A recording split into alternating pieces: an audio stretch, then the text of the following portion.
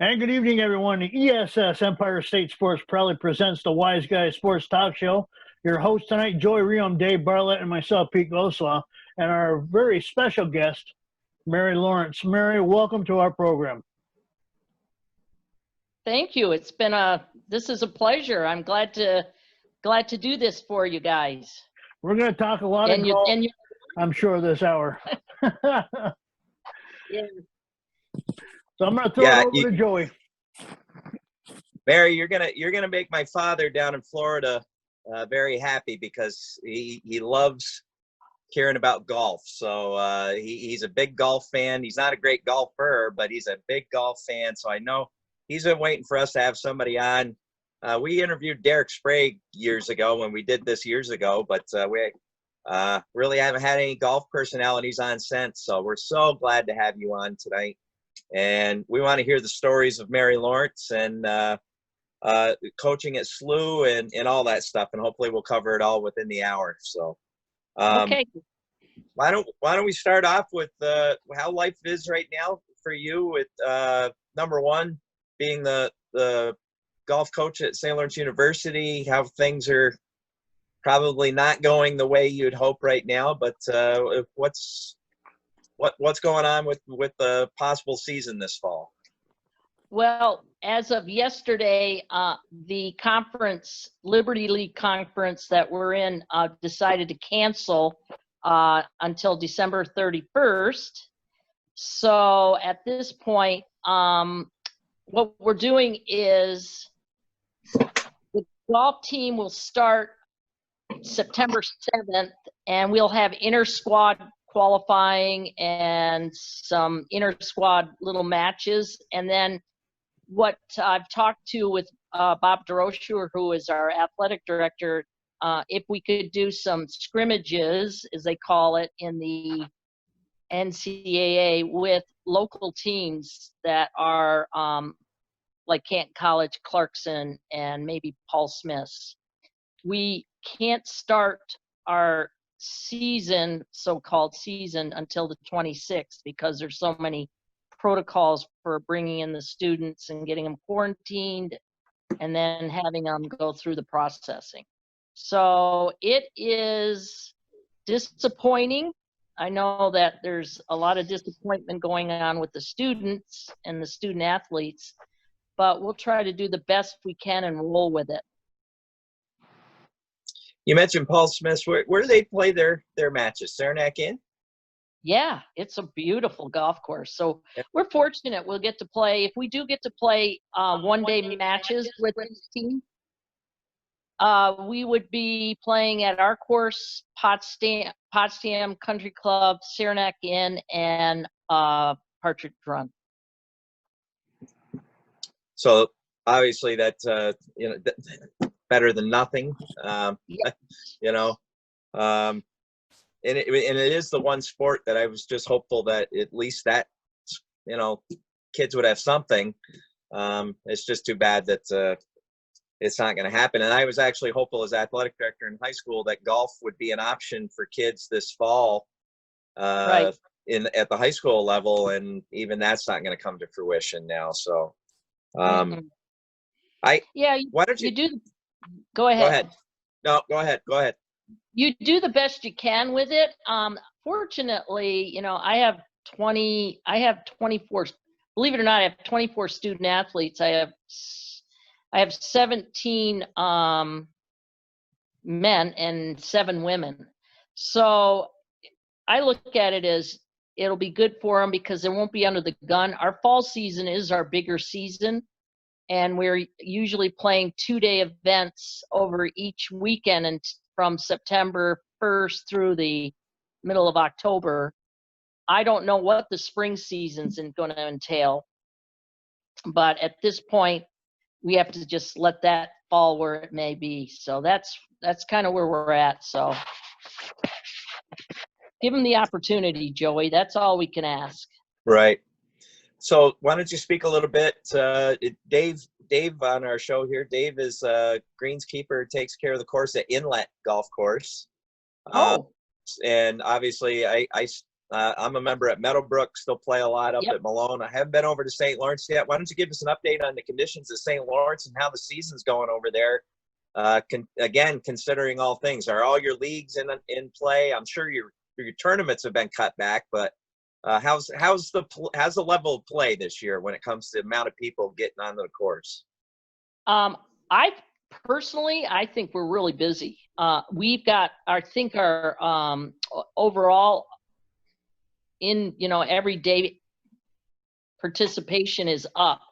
I know that because of the Canadian market, we typically bring in 20% of Canadian market because of our hotel. Obviously that is not happening. So, but I talked to Craig Siddon, who is the director of golf. He said we're really only about 5% down. So it means that we're really been bringing in a lot of just local golfers because there's not much else to do. And I've seen a lot of different players here, and I'm busy. I'm busy as ever. And the golf course is in really good shape despite the fact that we had 23 days without rain.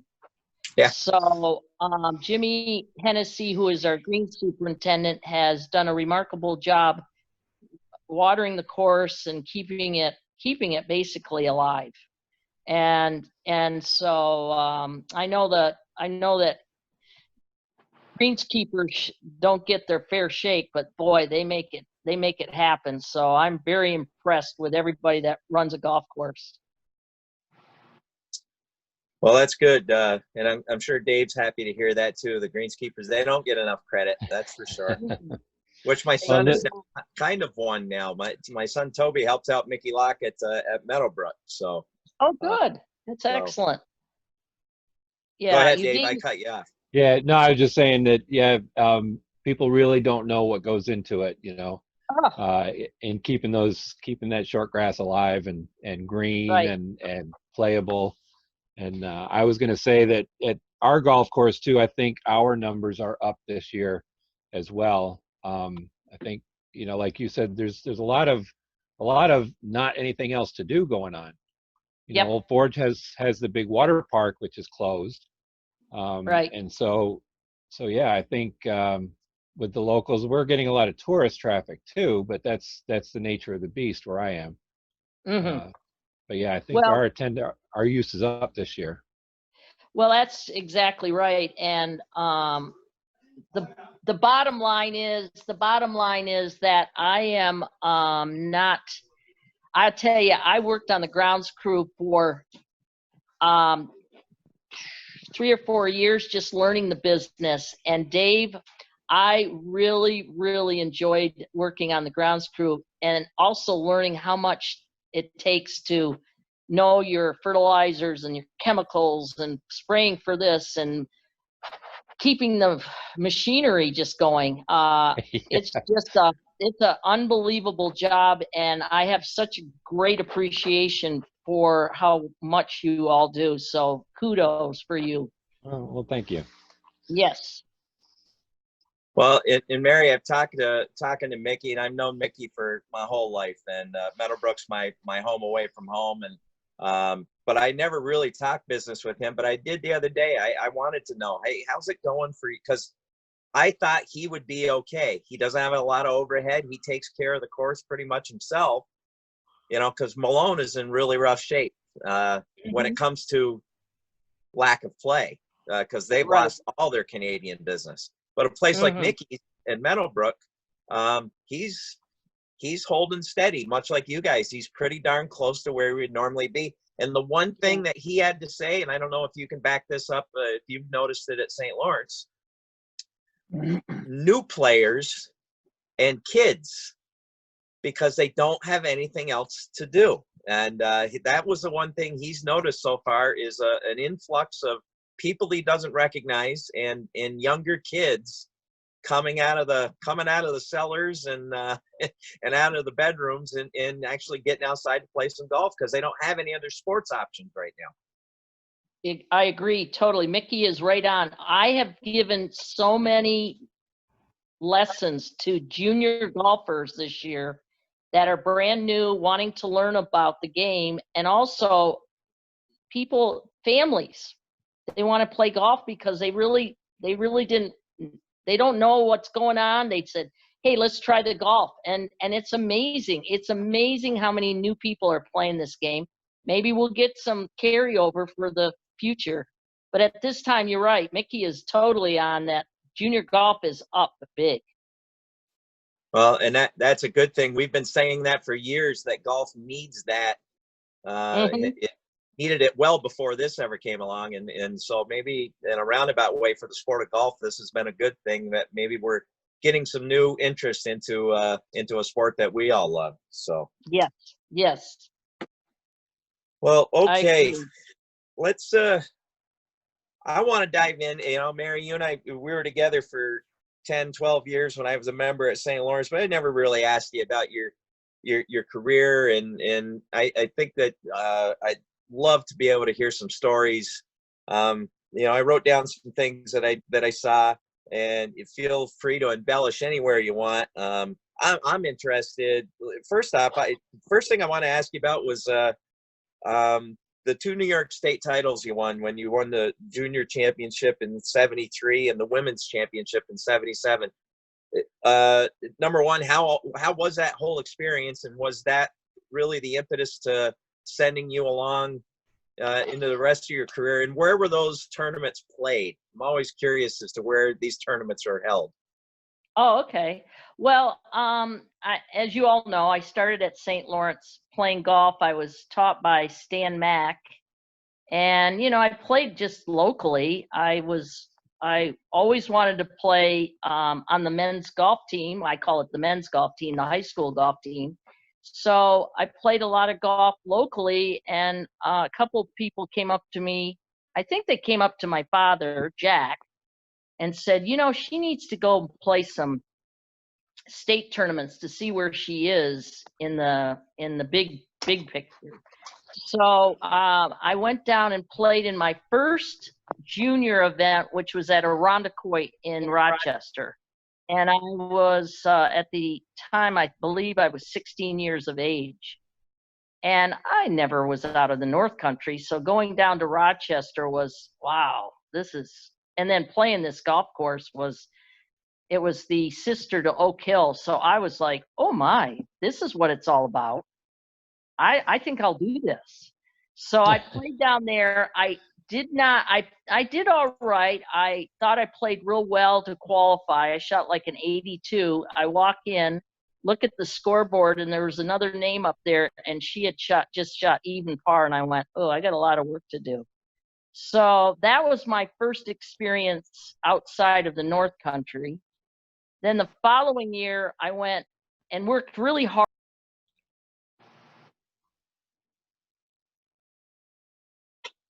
She's on mute. There you go. Get better. Yeah. At the game of golf. Whoops. In order to get better at any sport, you've got to put in a lot of reps, and you got to hit a lot of golf balls, and you got to hit you just got to work out. And I did a lot of that. Believe it or not, I did a lot in our basement. I chipped and putted in the afternoons and evenings in the basement of our house. And then I would go up to St. Lawrence. At the time, it just opened up Leathead in 1970. So I'd go up there and hit golf balls into the net.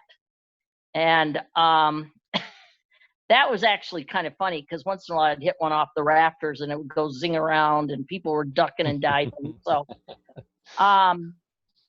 the following year, I realized I had gotten a lot better, and my goal was, I said, I want to go college golf. I want to play on a really good college team. So I went and played at Ithaca Country Club, and that was where I won the New York State Juniors.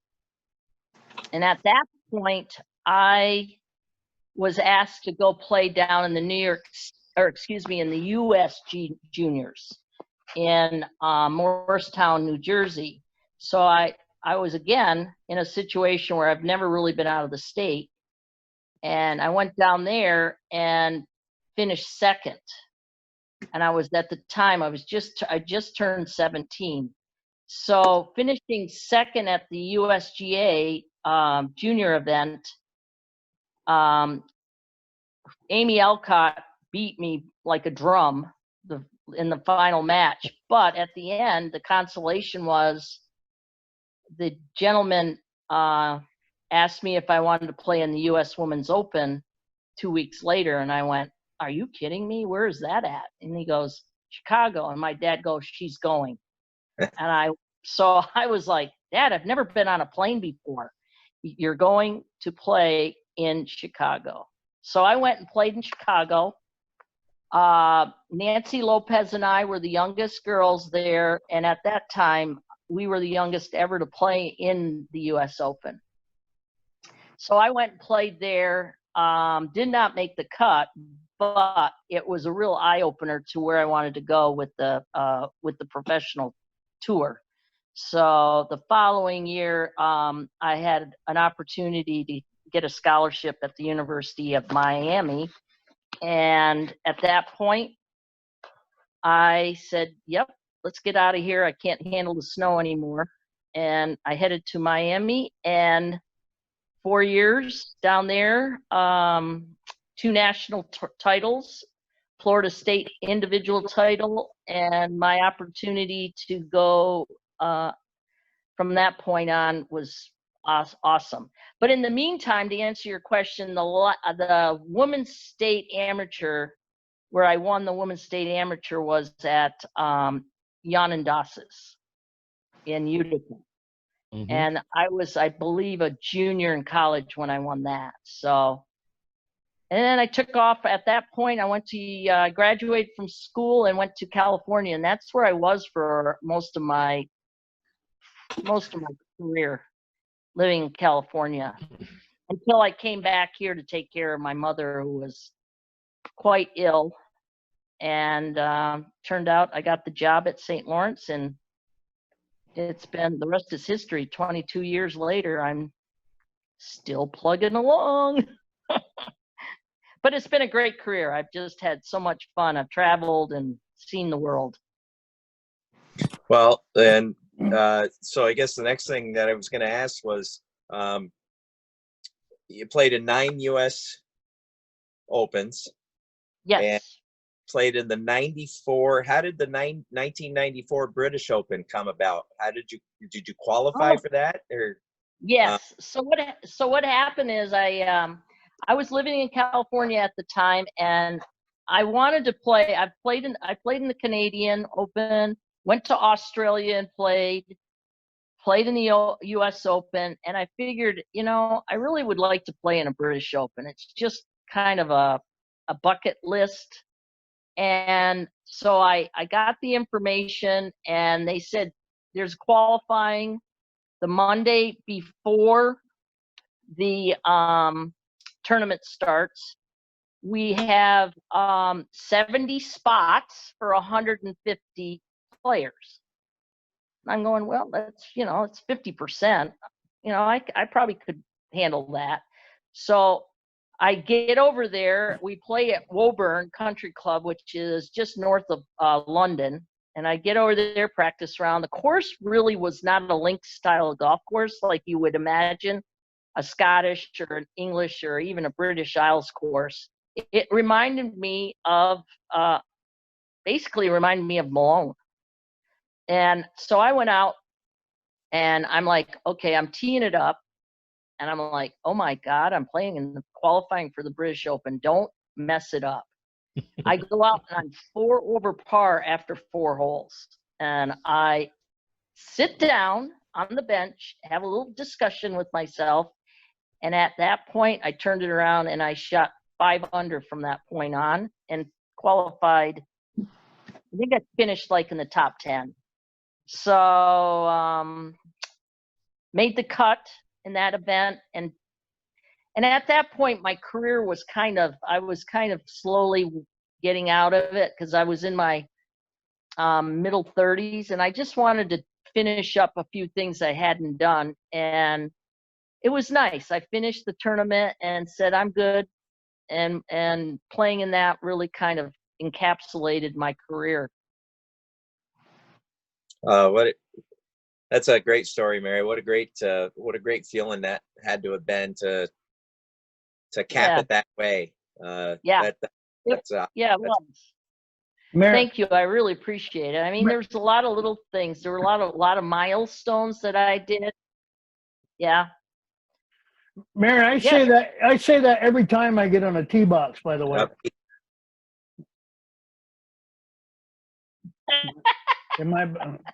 I say that every time I get on a tee box. Holy crap, don't mess this up. Yep. And Yeah, with every I usually shot. do. Yeah, I usually do. So just I couldn't I'll imagine tell you, doing the it. scariest shot I ever had. Oh yeah, the scariest shot was at the first U.S. Open I played in. The tee box was right next to the pro shop. To the left was a swimming pool, and literally the gallery was directly to the right of where we were teeing off from. And the first hole was just lined with people, and there was no way I was going to go right. And I actually hit it over the pool into the next fairway to the left to avoid everybody. I was just terrified because I've never been around that many people in anything. So I was just like, I don't want to kill people.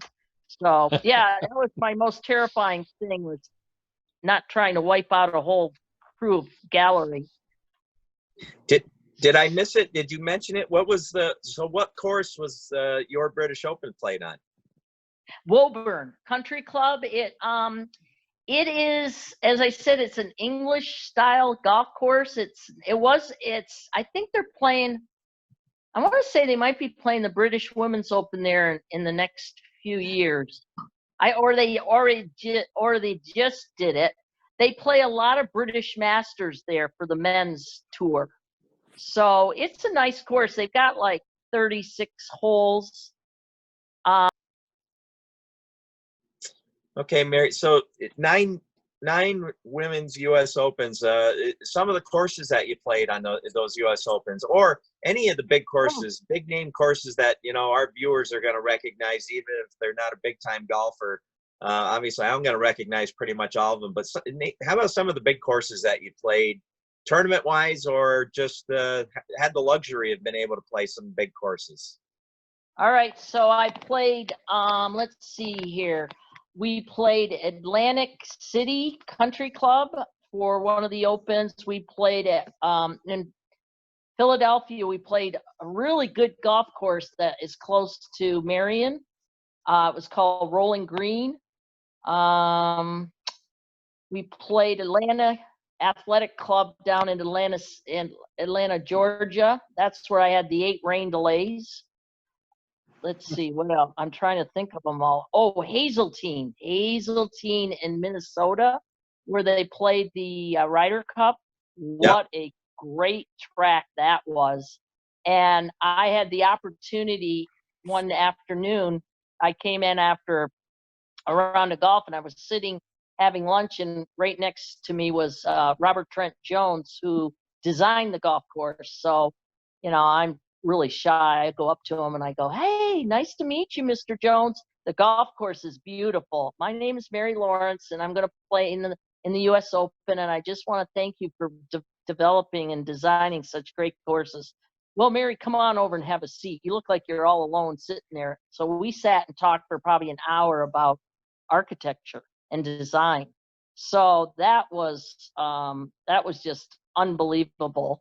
I played in, actually we played Colonial in Fort Worth, where Ben Hogan was, and that was an interesting week, because the temperature in July was up in the hundreds, and they had to pack all the greens with ice every night to keep them alive. They had big, huge fans on most of the greens just to keep the air moving. And I had the opportunity to see Mr. Jones, or excuse me, Mr. Hogan. I walked into the clubhouse and was going upstairs to go to the locker room, and I turned the wrong way, and he was sitting by himself in his private dining area. And as I turned, out steps a gentleman and says, "Ma'am, your locker is over there." And that's how they that's how they protected him from. Yeah, and he was dressed to the nines. He was in his flat top hat, suit and jacket. It was 100 degrees out, and he was actually working with one of the girls on the tour. Her name was Chris Cheddar, that was from that area, and he came out of the country club and watched her play 3 holes in 100-degree heat, and the members were just blown away that he did that. That was unbelievable. So I witnessed all that, played that golf course. It was okay. It was fun, but there are some great golf courses out there that I've been able to play on. So Mary, I don't know if you knew this or we had spoken about it, but you mentioned Hazeltine. Derek hooked me and my buddies up from Malone, and we worked the Ryder Cup when it was at Hazeltine. We were on number 1. I don't know if I had told you that. No, you were on the first hole. First hole, first tee shot of the.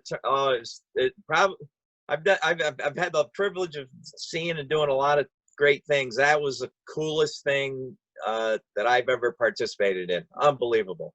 That is amazing. I think we did talk about that. That is absolutely amazing, being able to watch them tee off. Oh. These professionals they're so good. They're amazing how athletic they are. In the 1,000 to 2,000 people, that's really all you can get in the grandstands around the first tee box. But the noise and the lights and those people is amazing at a Ryder Cup. It's just it was really now, cool. Were you on the first tee itself? Yes. Oh, wow. Yeah, and in fact, one of the practice rounds, we work every day. I was able to. I got lucky. I was the flag guy on one of the practice rounds, and all 24 golfers from both teams teed off on one during that practice round day. I got to see all 24 of them, plus all the coaches and captains. It was just one, and that was just luck of the draw. That was just because there was like probably 20 of us that were working hole 1 various times of the day, and I just got lucky enough to be on the tee box at that time. So wow, it was really cool. But what a great experience. That is an experience of a lifetime. And Derek's done just wonderful for the PGA and with the now he's down at Sawgrass running that facility, and that's the Players. So kudos to him as well. I'm just so impressed with his people were like, "Oh no, he'll stay around Malone." I go, no. Yeah. I don't think so. I think he's out of here. We all said that. Malone, we're like, I think he's done his time here. It's yeah. If he were to leave, I thought he was there longer than he needed to be. So yeah. Right. But it was an honor. It was an honor, and I think the whole North Country would say that it was an honor to have the PGA president, working from the North Country during the time that he was the president. That was really cool. Yeah, and to see him progress and to go to where he can, and then the lady that's in there now, Susie Whaley, who I've known, I think her father went to St. Lawrence University. Really? And so we had this connection. Anytime I saw her, she would always, "Mary, how's everything up at St. Lawrence?" And I'm like, "Oh, pretty good. Everything's great." So she's doing a great job to have our first woman in there. And golf is just that way. It's just very diverse. Yeah.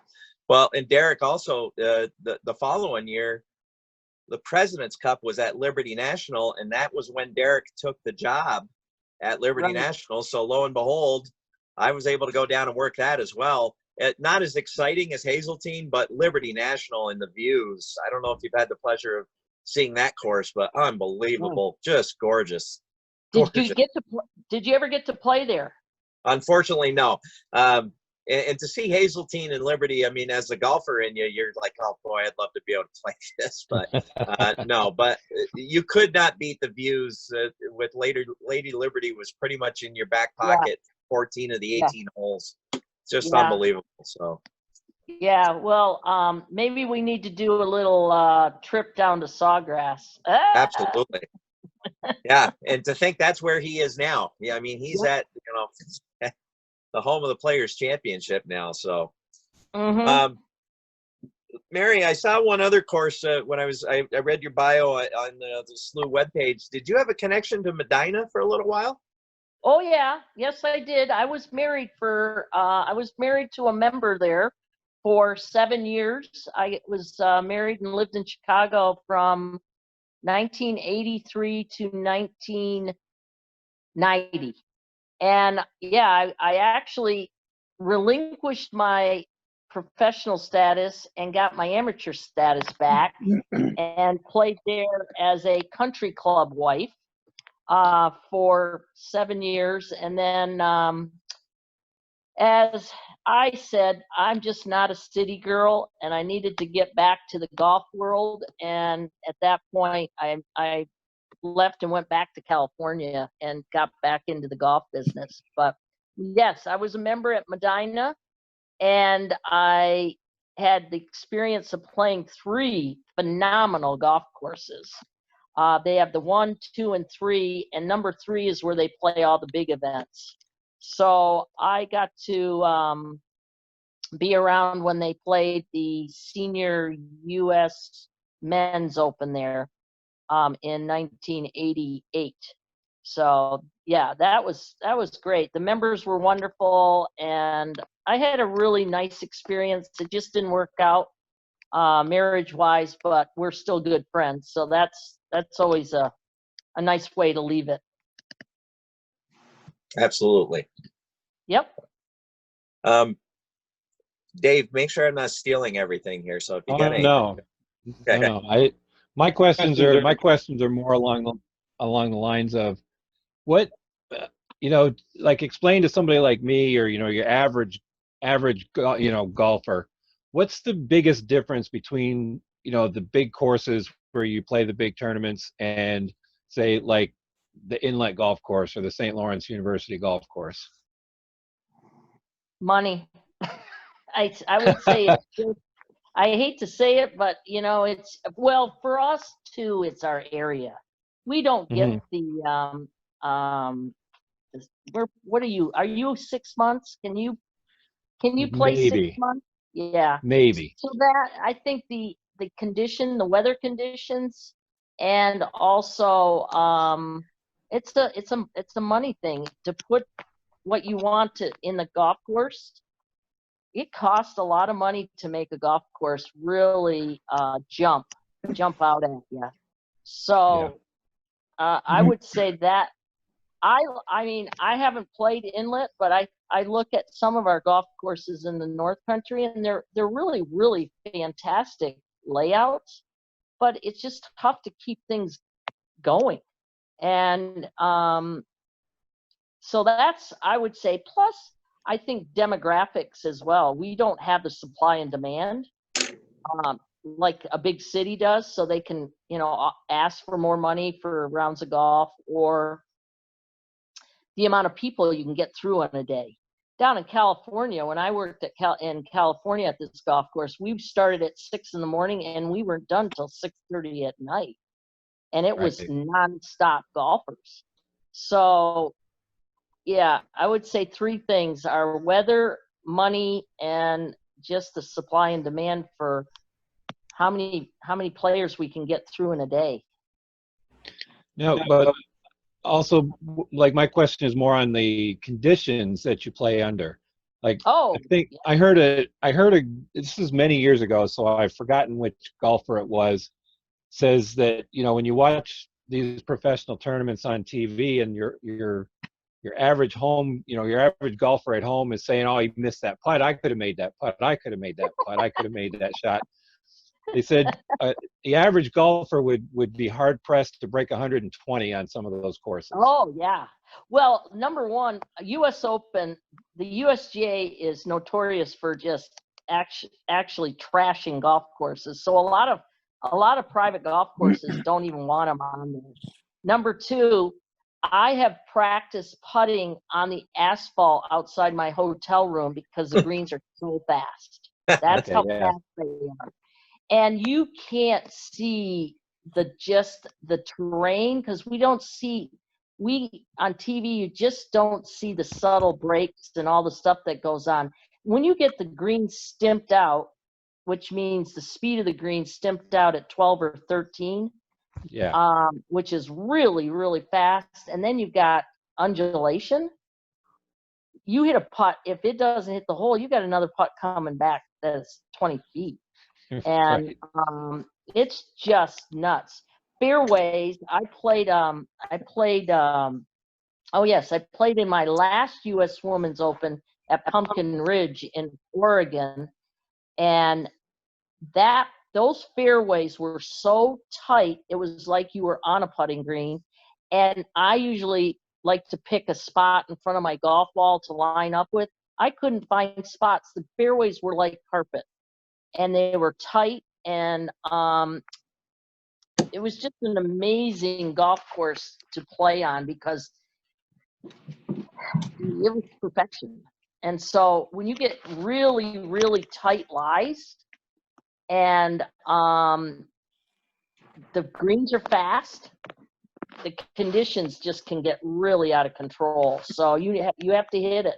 You have to really know what you're doing. So a lot of people don't understand that. And then obviously, what do? They grow the rough up. So now you missed the fairway and you're in 3 inches or 4 inches of thick rough. And for us as females, it's really hard for us to get out of the rough. The guys are just, you look at them, oh, I can get out of there, and the ball goes 20 feet or whatever. So yeah, they do it on purpose. They just love to see golfers, especially good golfers, anguish over shots. Yeah, to see it on TV, I just sit there and I go, oh, I love watching the majors. So, yep, I'm in the same boat. I like to see them. Oh, Yeah. they missed one. Yeah. What it's about tough. talk a little bit about you're somebody that's now you teach the game. And I'm not going to dive into biggest faults or things of that nature, but why don't you talk about how I can pretty much guarantee that it has changed the way you've taught the game from whenever you started becoming a teacher, with the advent of all the gimmicks, not gimmicks, but all the equipment that can now be used, that we all have access to, and videotape. And I know that you use those things. Talk about how that's changed over the years for you. Well, so first of all, when I started playing, I learned through watching the ball fly. So I could understand my golf swing based off of ball flight and understanding that. And then it all came down to feel. We never had video.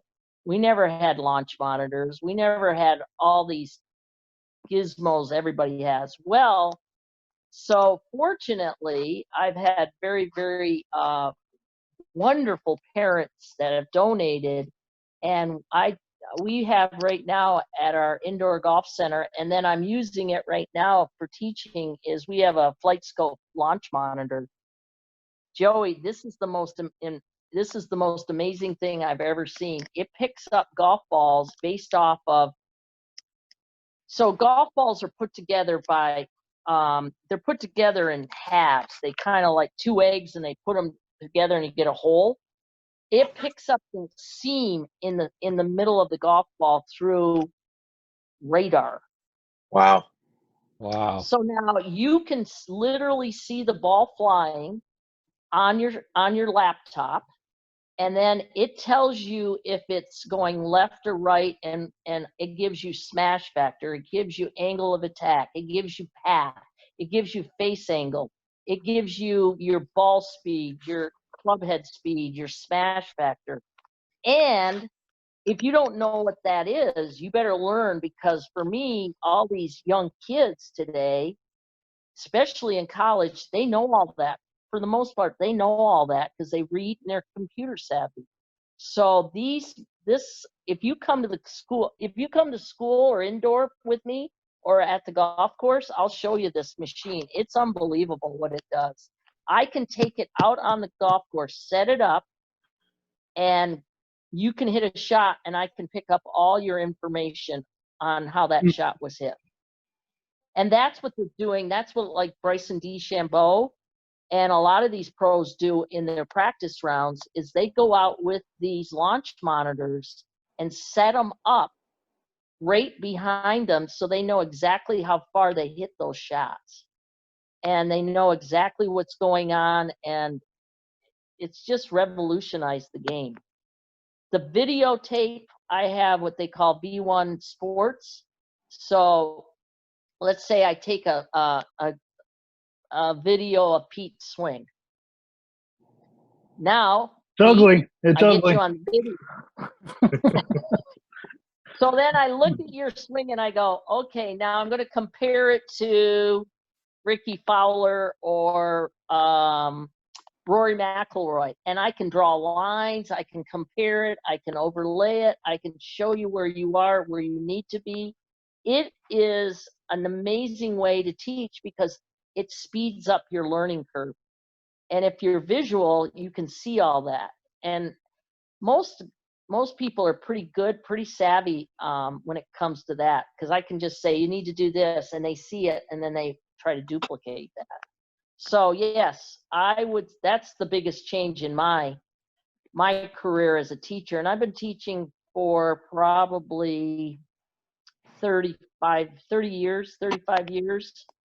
And another thing I do a lot as well is I take my students out on the golf course. And I take them out. If it's quiet, I'll take them out for 3 or 4 holes and get them to understand how they line up. And I take photos of them. I'm taking video. I take the launch monitor out. And I've seen some really huge success stories coming from that. So it's fun. It's fun. It's more exciting for me in the morning getting up than going and playing on a tour event. Tour event, I would get really nervous, didn't really want to go out there, kind of got sick to my stomach. Once I teed it up and played my first hole, I was okay. Golf, teaching, I can't wait to get up in the morning and go teach. So it's really interesting how I call it my business hat and my professional career hat has switched. Yeah, very different. Would you say, so growing up as a kid, and I'm watching the old legends and Lee Trevino and Jack Nicklaus and Raymond Floyd, and the one thing that I remember Arnold Palmer about watching all of those old legends was the individuality in their swing. They were all different. And then there was a period, a time frame, the Nick Faldo days, where it seemed like they became, if you didn't see their face, they all became the swings, like everybody was teaching the same swing. And now it feels, Mary, like you look at these young kids and it's back to, hey, show me what you got, and we're going to work with what you got. You know, Justin Thomas and DeChambeau. Yep. I mean, they're all different again. Well, there's a guy out of California, out of Westlake, that's teaching Matt Wolf. His name is George Genghis. Yeah, Matt Wolf. George, if you want to go on YouTube, Joey, and see this guy, he is your typical LA, big baggy pants, wears flip-flops, and he's teaching these young kids on a driving range off of mats, and he is really kind of the new age golf professional, taking it to a whole different level of how he teaches, but he still is a real traditional He loves Sam Snead, Ben Hogan's swing, but he's just teaching it a little differently to the youth of today because they're so athletic. And they just want to bomb it and gouge it out of the dirt. And that's kind of what this Matt Wolf and Bryson DeChambeau are doing, is they've kind of figured it out. I'm kind of It's interested. pretty cool. I'd be interested in seeing how you detail Bubba Watson's swing, to be honest with you. So, Yeah, he's a self-taught golfer, and he's one of the ones that is not your typical. He gets up there and it's all feel, and what he sees, he hits. He's a very visual, just gets up there and carves it, and he's done a great job because he was so long, he was a long ball hitter like Tiger Woods. He just blew it past all the trouble. And then, you just have flip wedges in. So that's what DeChambeau and Matt Wolf and this Victor Hovland, they're all really this, hit it as far as you can and then get it as close to the hole as you can. So it's it's actually kind of refreshing. It's very fun to watch. I'm kind of happy to see that happening. I wanted to elaborate a little bit more on what Joey asked. As far as now, we talked about more about the technology has changed, but how about the equipment itself, Mary?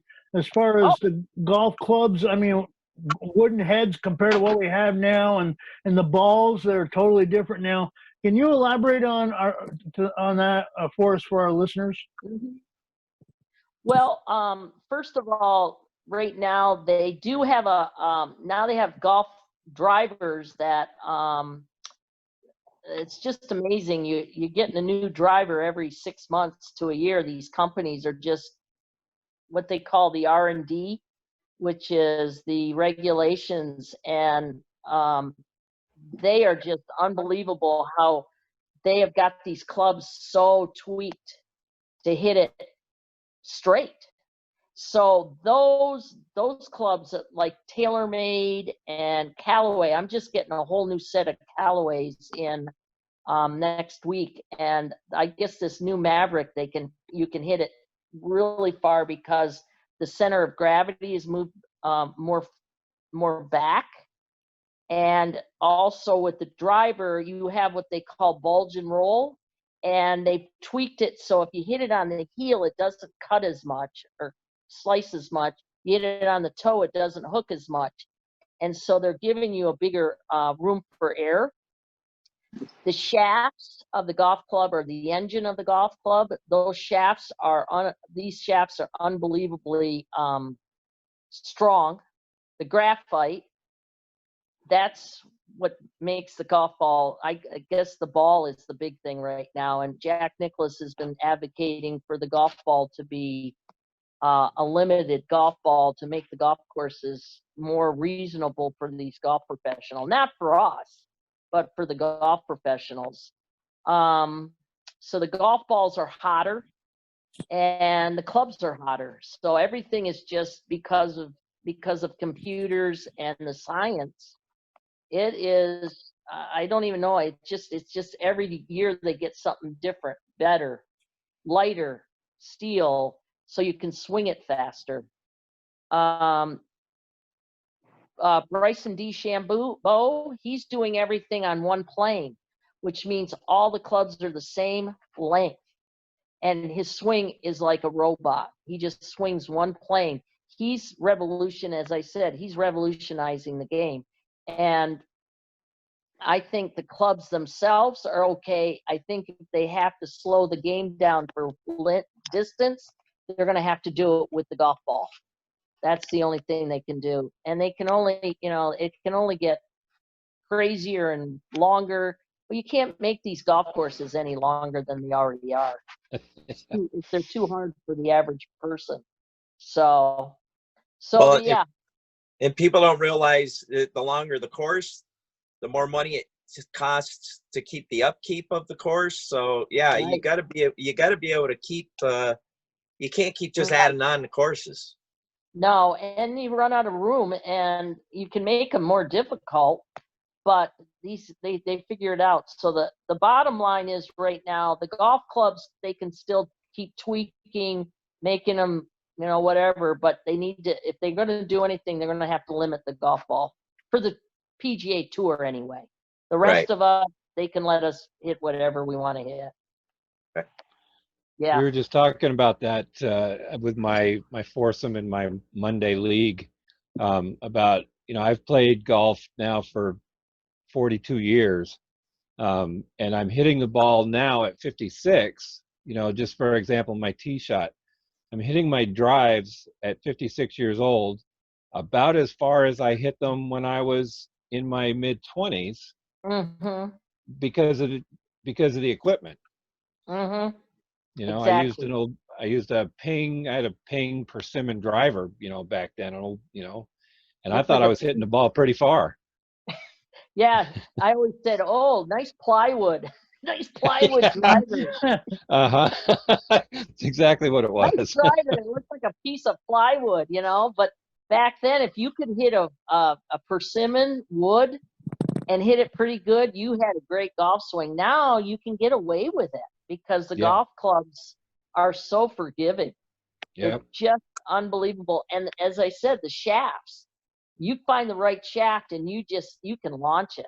So yeah, the equipment for the average golfer is bringing golf kind of back on the planet.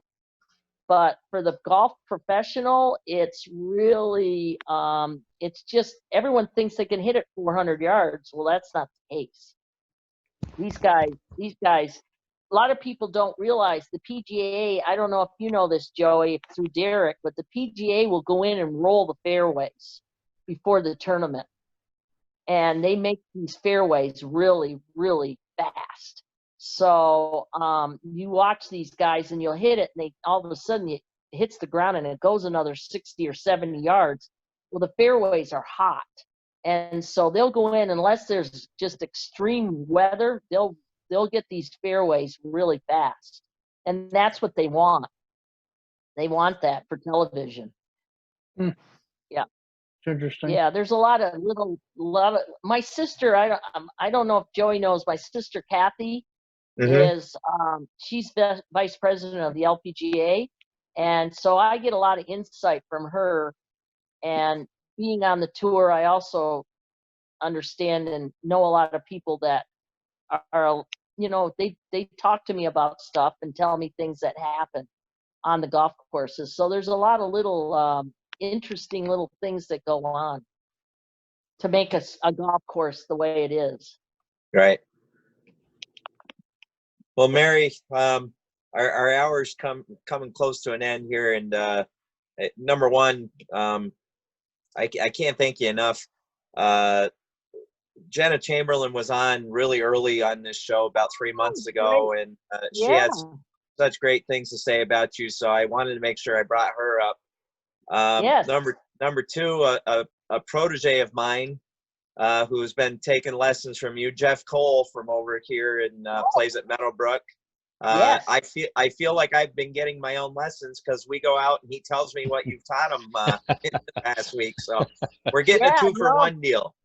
Yeah. Jeff, wow, he's impressive. I'm impressed. He is for 55 years old and just picking up the game. I'm like, I when he said he was going to see you, I said, I guarantee you she's going to say, there's really not a ton to work on here. You're right. He is very impressive, and you've done a good job with him to keep him going, and especially starting out. So yeah, I was like, whoa, wow, you are unbelievably good. He goes, no, I'm not. I go, oh my gosh, yes, you are. So yes, Jeff, and there's just a lot of neat people in this North Country that play the game of golf, and we're very fortunate to have such a great passion for the game and such a great community. I'm just really fortunate to know everyone. And one little girl said to me, which I'll leave you with this, she goes, do you know everybody on the golf course? And I looked at her and I go, but of course I do. Don't you think? I'm the golf pro. She just laughed. She goes, really? You know everybody. I said, no, not really, but yes, I know everybody. So yeah, it's been wonderful. Thank you again, guys, for inviting me on. You certainly are wise. Well, that might be the best compliment we've gotten so far. Yeah. I've gotten a couple I think others it's- that I I think had to it's- delete. I was going to say that. I think that's the only compliment we've gotten so far. Yeah.